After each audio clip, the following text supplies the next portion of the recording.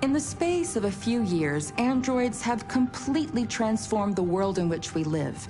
By letting androids into our homes and factories, the CyberLife company has made them everyday technology. The founder of CyberLife, Elijah Kamsky, is a very discreet man. Despite being the CEO of the highest valued company in the world and being voted Man of the Year by Century Magazine, he remains a mystery for most people. That's why we at KNC are so excited to be here as CyberLife opens its doors for the first time. Elijah Kamsky, could you please tell us where we are? Certainly, and welcome. We're currently in CyberLife's production center in Detroit, where all models are designed and manufactured. More than 10,000 androids come off the production line every day. Fascinating. Could you tell us what your goal was when you founded CyberLife? Well, I simply wanted to use technology to carry out all of our most annoying and repetitive tasks, so we'd have more time to enjoy life. I imagine you must have faced many challenges. Yes, there were technical challenges, but the hardest thing was to design an object that we would want to welcome into our homes. We had to imagine a machine in our own image that resembles us in every way, that moves, breathes, blinks like us, but yet is smarter and more capable than any human being. Let me show you around. We're here in Production Unit 4. Could you explain in a few words how the androids are made? Sure, yeah, it's very simple. We use machines to manufacture machines. The removable parts are assembled on a production line, and then we apply a synthetic skin to the whole body. A human operator checks the cognitive abilities with a pre-established protocol, and finally, the android is conditioned and sent out throughout the country. Here's the result. Say something. Hello. I am a RZ400 model. How can I be of service? You can go now.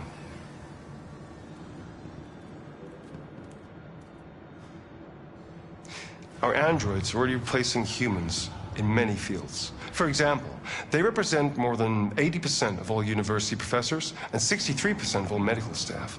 Tomorrow they'll replace our soldiers, and who knows, maybe one day, our leaders, to make the best decisions in humanity's interest. Come on. Replacing humans with machines has led to record unemployment of 28%. What do you think about the situation? Okay. The first steam engines also caused an increase in unemployment. But no one today would imagine turning back the clock. Artificial intelligence makes everyday lives easier. Nothing can stop progress. What's happening here is inevitable. These days, more and more people choose to live with an android rather than another human being. Does this development worry you?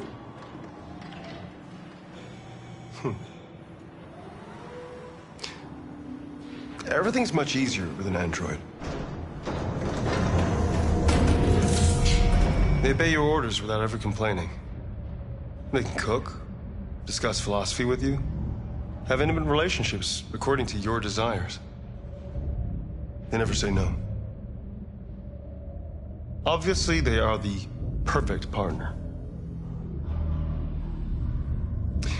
Everyone deserves happiness. Why deprive yourself of so-called moral reasons when a machine can make you happy? Many science fiction books tell the story of how machines become more intelligent than us and end up confronting us. Aren't you worried about that possibility? I understand the irrational fears about artificial intelligence, but I assure you that will never happen with a CyberLife android. They're designed to obey humans. They're machines. They can't ever develop any sort of desires or form of consciousness. Are you sure? I'm absolutely certain. You can trust me.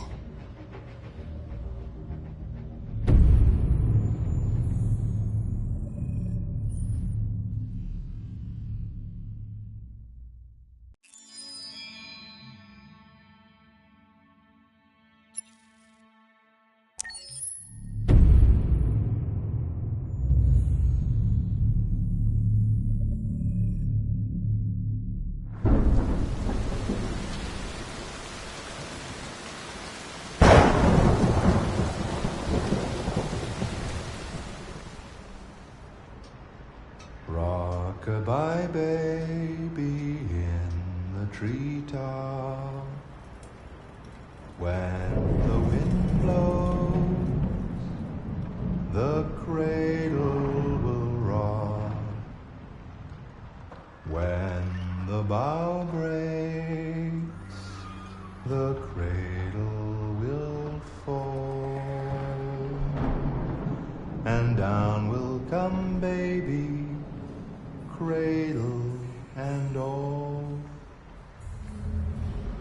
Rock-a-bye baby in the treetop.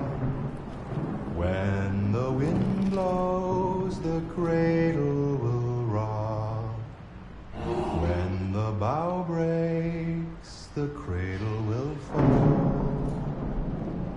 And down will come baby, cradle and all. Rock-a-bye baby in the treetop. When the wind blows, the cradle will rock. When the bough breaks, the cradle will fall. And down will come baby, cradle and all.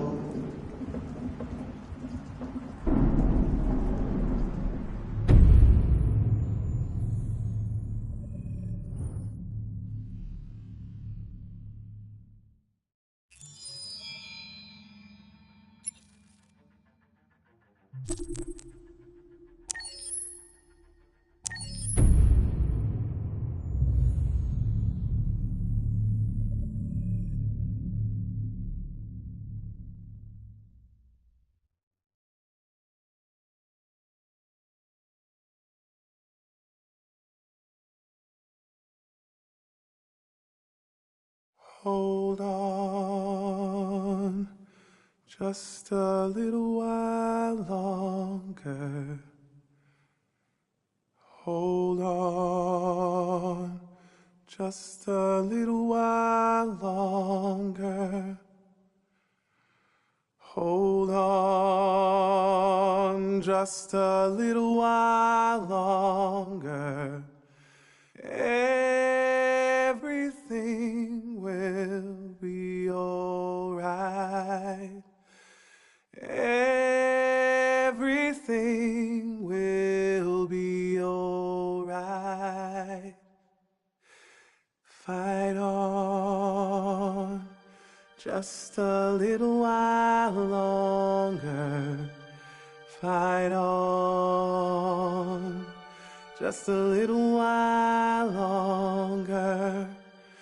Fight on, just a little while longer. Everything will be alright. Everything will be alright. We will sing on, just a little while longer. Sing on, just a little while longer.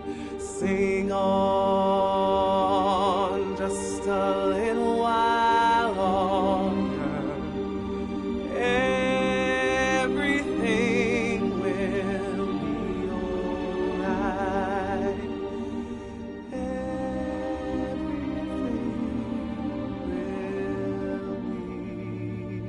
be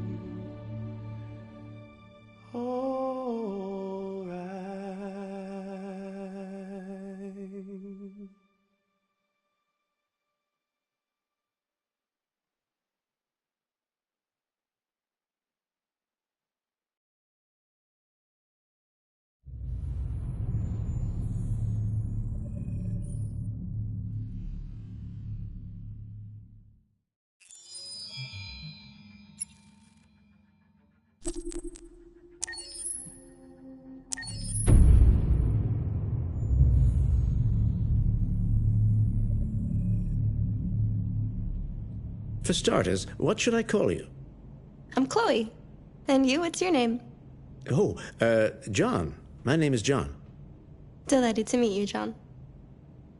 Could you tell us a little about yourself and what you can do, Chloe? Of course. I'm the first personal assistant built by CyberLife. I take care of most everyday tasks like cooking, housework, or managing your appointments, for example. And I understand you're the first android to have passed the Turing test. Could you tell us a little more about that?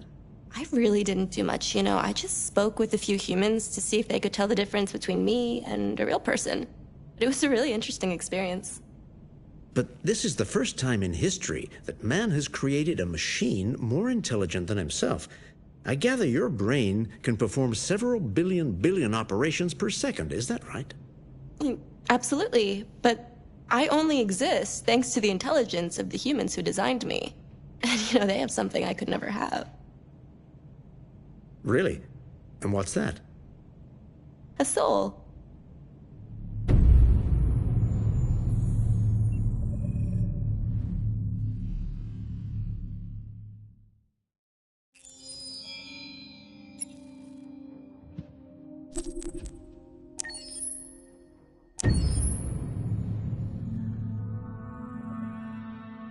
Pour la bande originale du jeu, on a essayé d'être... For the soundtrack of the game, we tried to be very close to what is done in film. We were constantly asking at each place in the game, why are we putting music here? What is it going to say? So we focused the music on bringing emotion, which is interactive, and supports the character's arc. I'm sorry, honey. I'm sorry. I'm sorry. You know I love you, don't you? You know I love you. We make games that are very narrative. We're really into interactive drama, so the soundtrack also had to go in that direction, supporting the three characters' very different stories. We really wanted three colors, three musical sound identities, and from there, having three composers made sense, since the story of Kara, Marcus, and Connor are all completely different.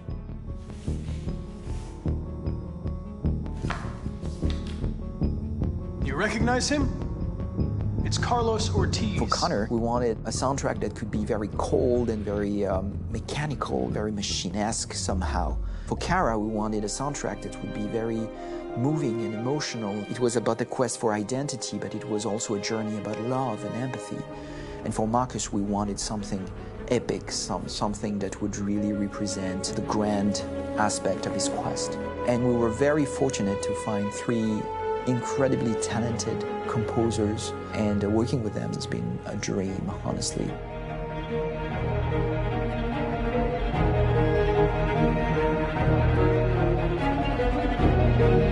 My name is Philip Shepherd, and I'm a composer and a cellist and a producer. And today we're at Abbey Road Studio One, which is my favourite studio in the world. And today we're recording the soundtrack for Kara from Become Human.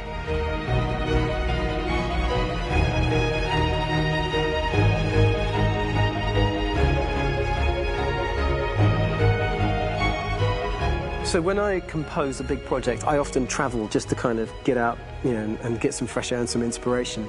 And I go hiking and traveling in Montana a lot. I had a log fire in the room that I was staying in, and the flames were kind of making absolutely direct music. And it became the basis for Kara's theme, and it sounds something like this.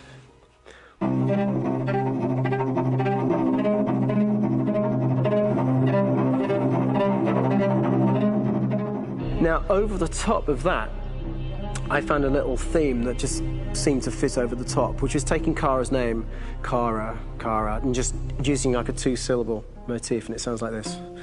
We're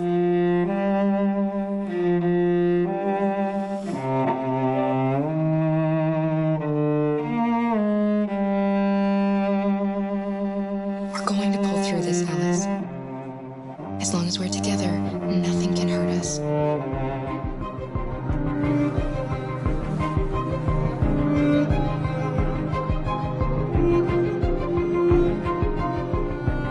And all the time that's fitting over.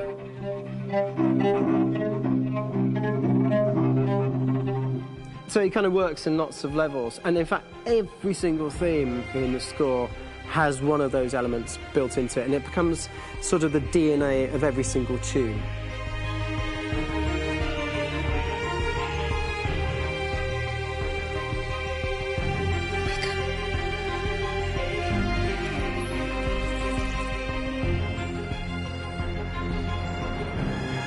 For me, writing this theme for Kara, I actually had to tap into what it feels like to be a father to daughters. I really had to tap into everything I feel about my daughters and thinking, well, if I had to write music for them and that sense of trying to protect them but also give them the freedom, that's totally where it came from. Because each composer has been given the sort of narrative responsibility for very different characters, I haven't had to sort of go into other styles. I can actually be very loyal to this particular character and sort of hopefully encapsulate her. But it means also I've suddenly become very connected to this character. And if for some reason it goes to game over early, I'm going to be mortified, you know? They're over there! Starting a new project, for me personally, it's always finding the right tone, finding the right color, I like to call it. For me, it's finding that right texture that actually sits against picture really well. One of the biggest things is I created custom instruments for Connor.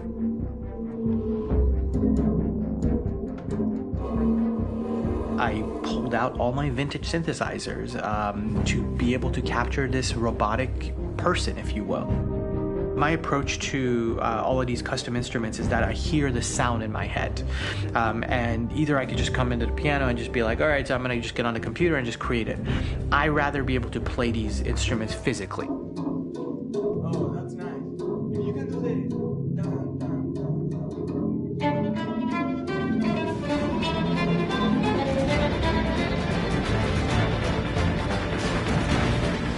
As soon as you see Connor the first time, there is a really interesting thematic idea that you hear, and that's just made out of a Moog synthesizer, but completely manipulated in multiple ways. And it's robotic. It has a little bit of an emotional to it. He's on his mission, so you feel that as well. So it just kind of gives you that cold, motionless, with a mission in hand that you kind of feel throughout the whole thing.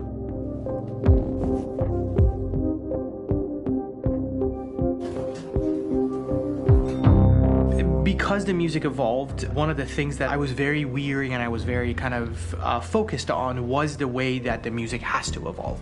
So my idea behind it was that Connor is a singular android that could at any point become a deviant or could actually stay as an android.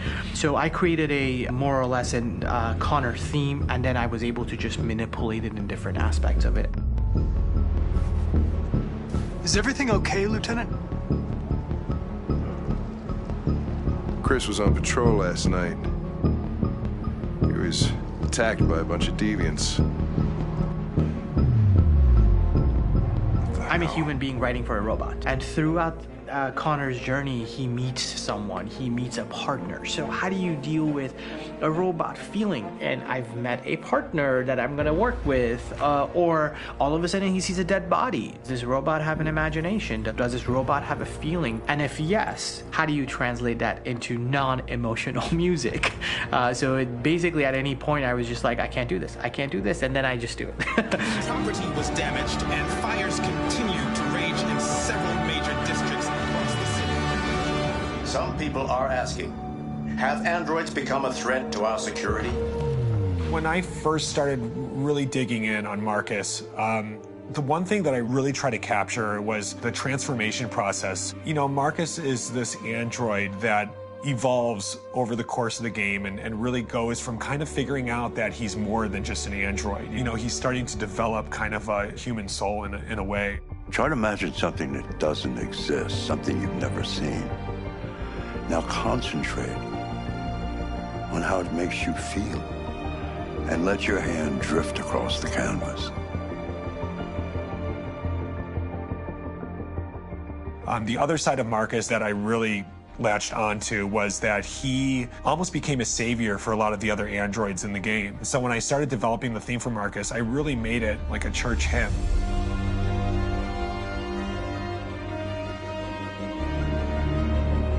I wanted it to be very simple. I wanted to make it a chordal melody. I really wanted to make it almost like a Bach hymn. The tough thing with that is it had to be recognizable. If I made it too complex from a harmonic standpoint, it would be hard, I think, for people to kind of pick it out and recognize it. is very acoustic derived, but it's also been treated with a lot of effects and things to kind of put it into the space that I felt the sound should be in. It can be beautiful, it can be haunting, it can be extremely powerful from an action standpoint, and I'm really happy with the way it turned out. The music is there, but it's subliminal and it's emotional, and people are feeling it, and it's not distracting. And that's tricky with a game like this, where you have to have a lot of ins and outs like that, where the music kind of has to get in and out of these moments. This is a war we're fighting with the humans. If we fail, they'll destroy us. I think the game's been put together so well where I just wanted to make sure that I wasn't ruining the emotion.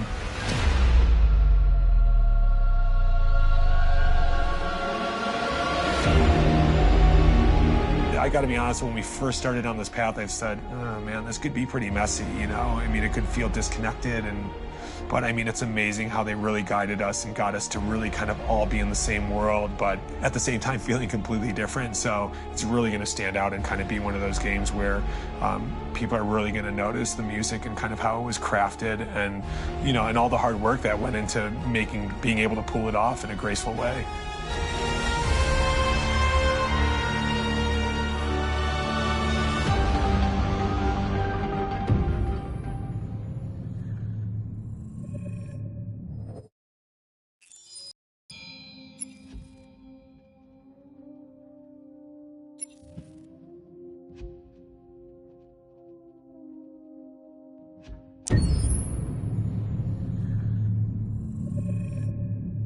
Game after game, we try to challenge ourselves. For Detroit, we wanted to, first of all, to write a story that would be incredibly bending, which means the most non-linear story that we've ever created. And we wanted really the player to have the possibility to change the story, change his own journey. When you're writing at Quantic, you're writing for an interactive medium. You know, when you're working in television, you'll put a character in a difficult situation, and you as a writing team will argue about what would that character do. But ultimately, you have to decide what happens, and you just show the audience. What's interesting about interactive drama is you bring the player into that conversation, and it changes your job slightly as a writer, because your job is to provide a narrative context in which the player can write his own story. You're giving him this kind of narrative Lego that he's going to snap together into his own shape. You also have the ability to make your audience attach themselves to your characters, because the audience is in some sense responsible for what happens to the characters. It's just a few cans. Come on, let's go. We have some cash now. You used me to steal that money. How could you do that? I trusted you. What is a bit specific about this scripts is how large they are. If you take a film script, there are about 100 pages. But here we have to deal with a script that is between 4,000 and 5,000 pages. Everything becomes bigger because we don't just tell one story, but we tell all the possible stories that can be told within this narrative space. On Act 3, our final act, we have around 1,000 different scenarios. And every one of those scenarios has to be as interesting, as passionate, as strong, and as emotional for the player. We want every action that the player does, every interaction that is available to serve in telling the story, and help the player understand who his character is, and build that character moment to moment.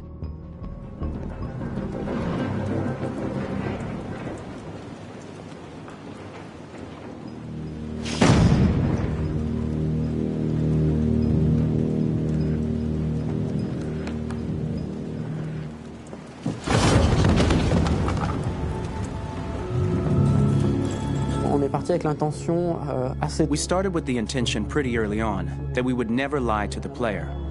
So we implemented a visible tree structure in the game that players can consult during a scene or at the end of it, which shows exactly what they did and what they missed. There are games out there offering world exploration. We offer narrative exploration. You know, keeping control of such a wide and large story is a huge challenge. So same thing when you shoot with actors, because you will need to shoot many different versions of each dialogue, of each scene. For actors, it's a huge, huge challenge. Because of the style of the game, you have so many different ways that the character can go. Every decision, it's what I call kind of choose your own adventure. Like every decision that the player makes, it's going to open up 40 more pages of material and experience that ties in, which means as a performer, you have to try to continue to make things feel real that the player might not ever see, but also that in performance, it's not always connected to a previous act. It's grueling, it's hard work, but it's a great team, and I enjoy doing it. I was really frustrated, until I got to this point where I kind of was able to step outside of my own experience and even in a lot of ways my own process and be able to step outside of that and, okay, this is something new, what do you need? How do I meet you there? How do I give you what you need and still feel like I'm doing what's right? And once I did that, then all of a sudden it got really fun. It was much freer, and having to approach it in a new way and think about the player and think about how it serves them and what I'm doing for them or what I'm letting them into. It's really, I think, helped me grow in general. Remember, there's nothing on the left. That's a wall, so it's probably all there. And then make her come first, close. But I think you would go first to check that it's safe. Okay, sure.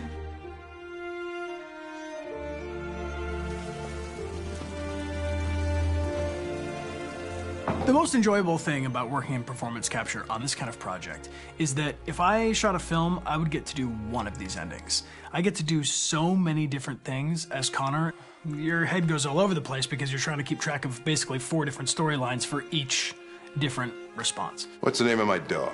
Buddy? Scout.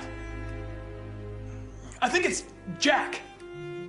I can't remember. So I worked with physicality a lot because it was a good way to anchor myself in these different rings of the tree. As the story grows out, I know where that is physically in my body, and then I can switch more continually on set, and it'll be entirely up to the player to determine what order those things come out and what they look like from a distance. Like if you're playing through it, the culmination of all of that will be their version of Connor. I'm faster than you, and I don't feel pain. You don't stand a chance against me. Listen, asshole. If it was up to me, I'd throw the lot of you in a dumpster and light a match to it. Shooting action scenes at Quantic Dream is a real challenge because these are scenes where the storytelling has to continue. It's not an action scene just to have a dose of adrenaline. The stunts have huge consequences on the rest of the story. It's really a moment where we implicate the player and tell him that the choices he makes during an action scene will have a direct impact on the evolution of his story. My biggest challenge on Detroit has been managing the large number of animations that we received from motion capture. Detroit features more than 37,000 animations, which is a huge amount to handle on a daily basis. You have to realize that the player, in his first playthrough, will miss certain scenes. This also means that we had to think of, conceive, and produce all the potential story paths. The characters' costumes, the places, day or night, the weather. Did the character get shot in the shoulder? Did he get injured? All this consistency forced us to produce a lot of graphic assets in order to, quite simply, allow the player to have true continuity throughout the story. Honestly, we were even surprised by the challenges that come with such a big tree structure, and we did our best to guarantee quality across all the game and make sure that whatever path you choose within this narrative space, you will have an equally good experience.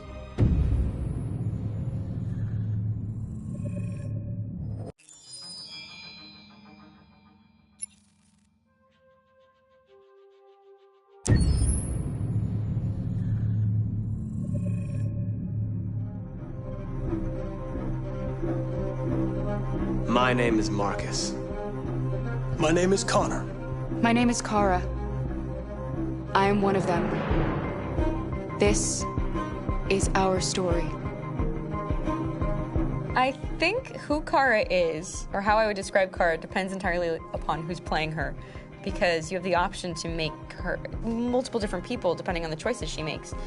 But I think she does start out incredibly naive, incredibly innocent, and kind of hapless. I'm sure we used to be friends before I was reset. Maybe we can be friends again. She's a person who's characterized, I think, by empathy She's a person who really, she just comes from her heart. You'll never leave me, right? Promise you'll never go. I promise. Kara, please! Are you okay? Are you hurt? Wait a minute. Leave her alone! Kara, leave her alone! The really beautiful thing that I've had the gift to be able to do is to essentially build a person from the ground up, because that's what she's doing throughout the game. And with every experience she has and every person she meets, she's building, you know, first emotions and then the sense of judgment. And it's sort of an exploration of what it is to be a human. Don't worry. Luther and I will be right here.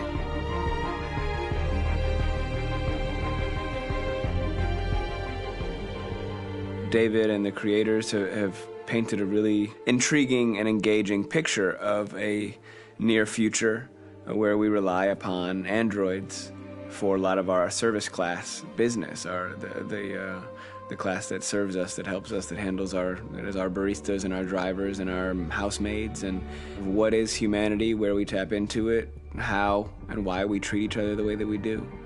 And my character Marcus has a really intriguing journey, becoming deviant, realizing that he actually has feelings and human qualities inside of him, and it's a really incredible ascension into becoming fully realized and coming to terms with what you actually deserve better than this in life. And not only do you want it for yourself, but you want it for your peers. We've come here to demonstrate peacefully and to tell humans that we are also living beings. All we want is to live free. You know what? This thing, Dad, is not your son. It's a fucking machine! I think that a group that feels marginalized, feels disenfranchised, feels like they deserve and have earned access to themselves and the environment around them, and are trying to figure out a way to articulate how to get freedom. Connor is analytical. Connor takes things literally. He starts in the beginning place where he's very mechanical. He feels nothing inside, of course, and it's all just a system, a protocol that he is executing to get whatever he wants to happen, which is help humans stop deviants and to find the link between deviant androids. You were designed to serve humans, not kill them! What was I designed to be? Their slave? Their toy? Just say, I killed him! Is it that hard to say? Stop it! Stop! But of course, over the course of the story, and depending on the player's choices, Connor can grow in many different ways. He can deviate from that procedure or not. The moment of truth, Hank. Am I a living being? Or just a machine?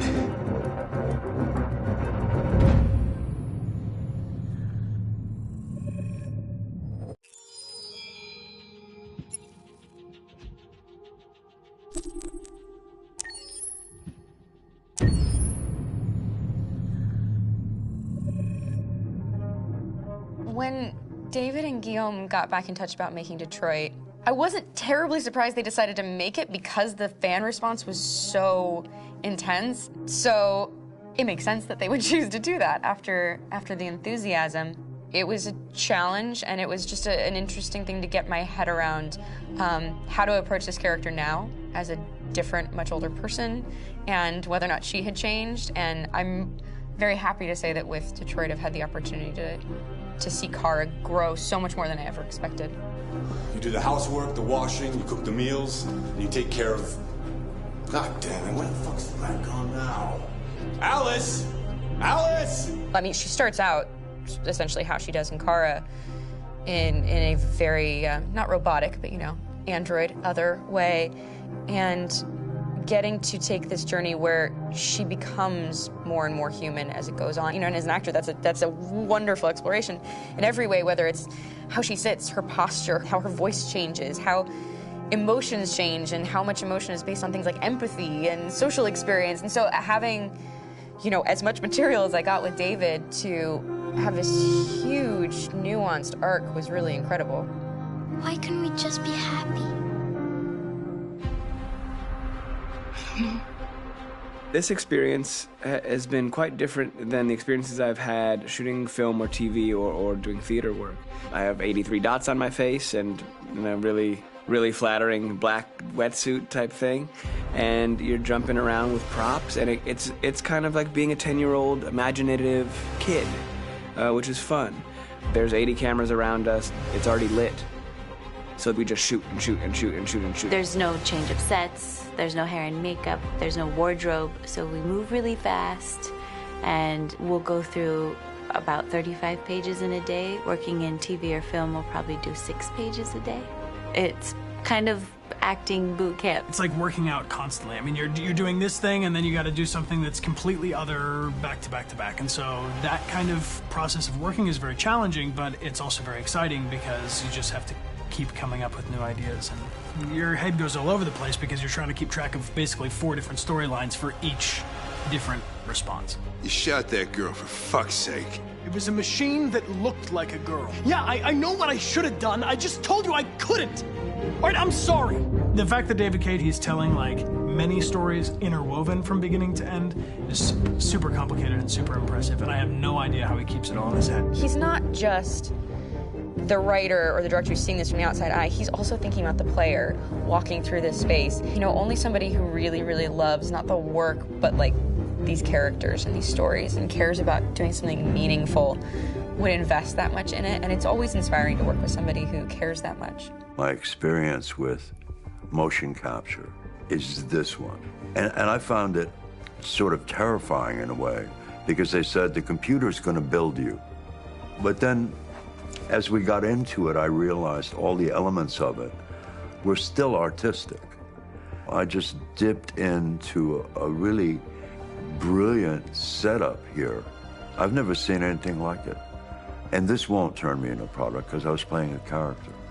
So it's wonderful. In the game, Detroit comes back because of a revolutionary industrial rebirth. And there's no reason why that can't happen in Detroit, because they have such tremendous infrastructure for millions and millions of people who can very easily support, you know, a new industry. The city is really strong and resilient, but the city has also been through so much. You see the damage. But it takes that time of kind of rebuilding and reinvesting into the city that I think is happening slowly but surely. The potential of Detroit as a city is something that this game does a lot of justice to, because it would be easy to look at Detroit as some place that used to be, and that's not the case. This game provokes a lot of conversation and reflection on our potential near-future engagement with machines. That's what we are to them. There's merchandise on display in a shop window. I think that a group that feels marginalized, feels like they deserve and have earned access to themselves and the environment around them, and are trying to figure out a way to articulate how to get freedom. What was I designed to be? Their slave? Their toy? It plays with your comfort levels. You think that this is fine, you're comfortable with it, until something blurs the line and throws you off, and now do I feel differently about whether this should be allowed? Should it be banned? Should it be encouraged? You're gonna ruin our lives, and for what? For a bunch of machines? They are not machines! They are alive! I'm alive! You're alive! They're nothing! There are lots of comparable comparisons to any type of persecution of religion, race, etc., dating way back. It can't just be a video game where you shoot 'em up or where people make these choices to do whatever. I think that's the whole point. You have the choice, and you can either choose to go in one direction with your character or another. And I think that's going to be very telling about the gamer. Very telling. I think there's going to be a really strong reaction to this game, which has such a strong perspective. I'm that much more proud of it now to get to be a part of it, because it's important. In this game, you're actively building and designing the character through not just what kind of shield does he have or what color hair does she have, but like their temperament and the way they deal with problems. The different endings to this game are so radically different based off maybe seemingly insignificant choices in the moment, but like life, they all add up. And can't play life again, though.